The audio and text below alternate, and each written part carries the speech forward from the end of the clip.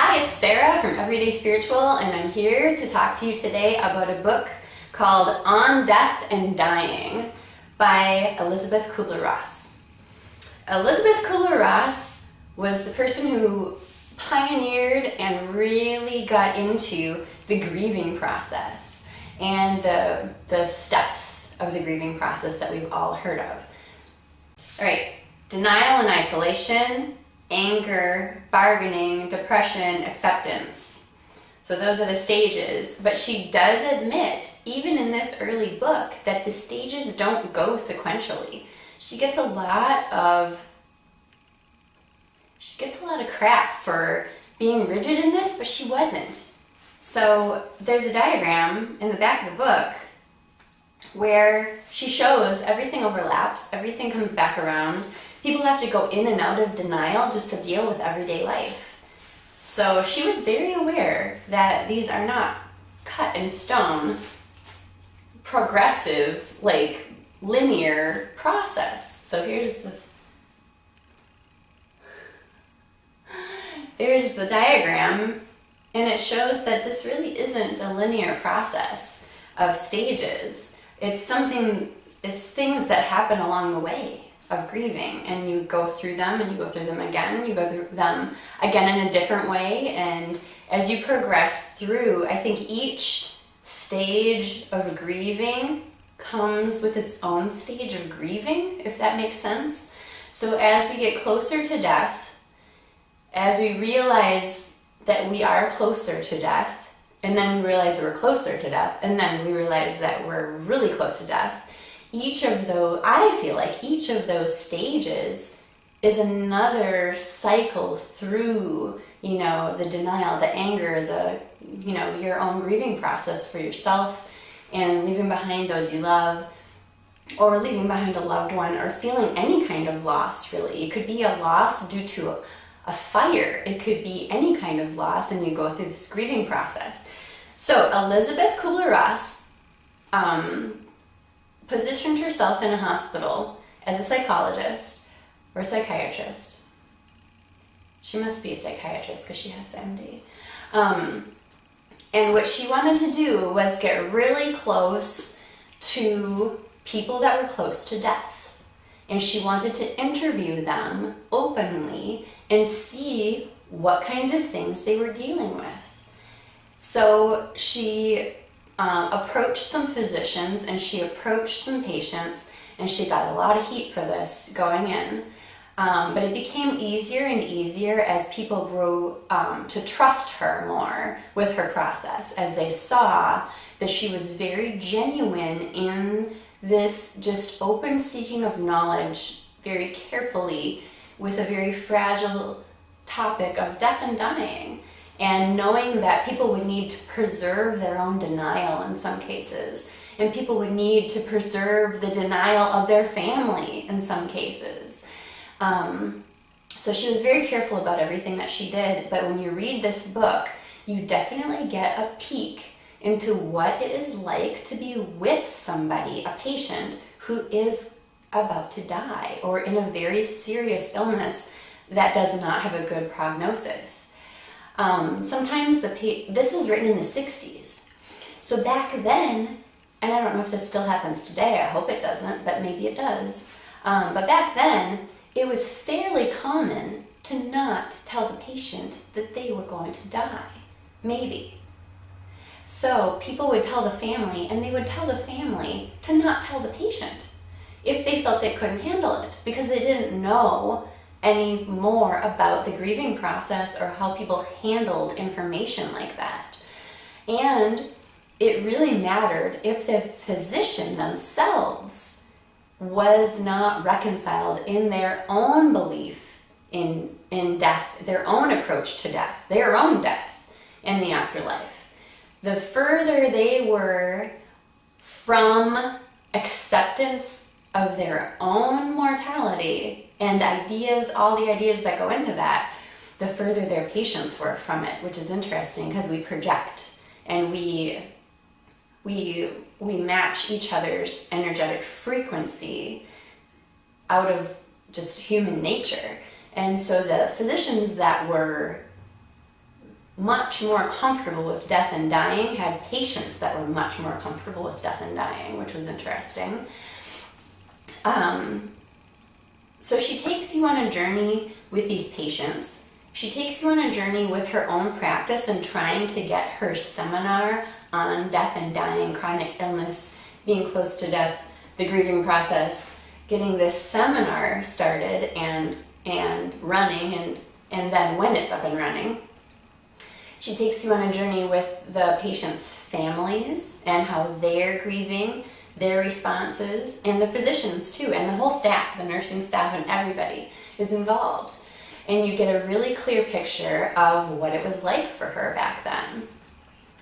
It is a little outdated. It's interesting to see some of her techniques as a psychologist. It's interesting to see some of the leading that happens with the questions that the patients are asked, but it's not always like that. And you do get a really good sense of what it was like for her to go on this journey. So if you've ever wondered what it's like to either be a patient bridging this gap of sort of your physical life shutting down and your spiritual life opening up, or if you know somebody who's going through it, who you're close to, and it's hard, you're having a hard time relating to them, they're having a hard time relating to you, you feel like I think when I'm with somebody I love and they're dying, I feel like we're on two ends of the spectrum. I'm a spiritual being having a living experience, and I'm solidly in that experience.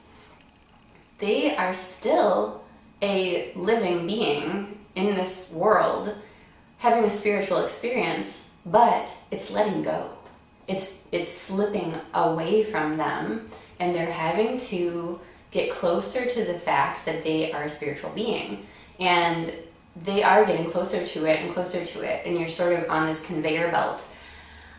It might be a really fast conveyor belt, it might be a slow conveyor belt, but you're on it, and you have little control over how fast or slow it's going, and it's up to you to try to reconcile these things. And the number one thing that I got out of this book is that it's two things. All right, 20 things. All right, like at least 50, maybe 100. Okay, but two. I can hone in on two things. There's two things that really stood out to me in this book.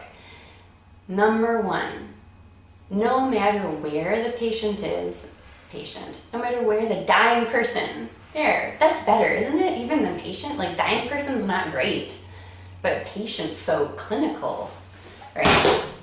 No matter where the transitioning person is on their journey, even if they are seconds away from dying, they need hope. They need hope that there might be a miracle.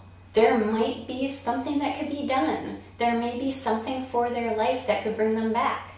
They need that hope. They deserve that hope. It's human to want that hope. And people that don't have that hope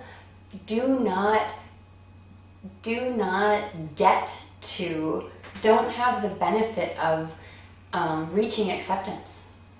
So no matter where the person is on their journey, they need hope. So don't ever take that away from somebody. Just let it, even if you think there's no way, like seriously, no, there's no way, let them, what's the harm? The other thing is, you don't have to have the right thing to say. You don't have to have all the time in the world. The only thing that you have to do as a friend or person in their life is be available. Just say, do you want to talk? Hey, do you want to talk? Do you want to talk? I know this sucks, but do you want to talk about it? That's all they need. Most of the time, the only thing people want to do is talk about it. I feel like people with chronic illnesses, even that are going to be cured, take care of the people around them emotionally and psychologically, and they a lot of the times don't have their own emotional supported. So if you could just if you can just say, I would like to talk to you about this, they know you're there, they know you're open. Just that. They may not ever talk to you, but just knowing that is a great thing. But I feel like once they know the door is opened, then they will come and vent and talk to you, because there's so much that we put on somebody that we love who's going through this, because we're going to miss them. We're grieving. We have certain fearful things that we're dealing with. We're reconciling all of this stuff in our mind and our body and our emotions and our spirit. We're just thinking about our own mortality. And we should be focused on them. We should be helping them. So the only thing that people really needed was some place to talk where they wouldn't be judged, where they wouldn't have a lot of emotional other stuff going on. So if you can be emotionally neutral for a minute and just say, here I am, that's a big deal. So hope and someone to talk to. And not always, just sometimes. Because people need to go in and out of their denial system. And they get closer and closer to full acceptance. But during that time, you can only talk about your own illness so much before you have to just ignore it and like watch Dr. Phil. Or ignore it and stare out the window for a while. Or ignore it and like talk about that what you're gonna do in the spring. All right, so let's say it's fall and this person has a super chronic illness. They've been given 5 days. All right, that person might really need to talk about that they're gonna plant things in the spring and they're gonna do all this stuff with their house and they can't wait to go on a walk when it's warm out again. And you know what? That's where they are right then. The next couple minutes or a couple of days, they might really be in the place where they're in the now, they're dying, and they need to talk about that. And then when they're done talking about that, and I'm talking right when they're done talking about that, they will go immediately back into being in denial. And that's okay, and it's normal and it's natural. It can seem really weird if you're the person talking to them and they're like, yes, I realize that, whatever, and the doctor gave me, 5 days, and I'm not feeling very good. I can feel my energy going down, and I know this stuff. And then all of a sudden, out of nowhere, they will say, so are we still going to go on that vacation in the spring? Next spring, we should really go camping together. And it will seem like a shock, but that was their emotional system saying enough. Enough of the heavy, enough of the grieving. We just have to escape back to denial for a little bit. And it's normal and it's natural, and it doesn't mean that they're set back in their acceptance. It just means they need a break. So that's what I got out of it. Don't forget to sign up for the newsletter. Every Monday we have a journal exercise. Every Wednesday we have a guided meditation. Every day we have scientific research backing up spiritual practices in a real way to let us know that there is a reason for what we're doing. And you get a bunch of free stuff. You get some guided meditations and a really interesting kind of weird book on spirituality. So sign up now. Here's the link.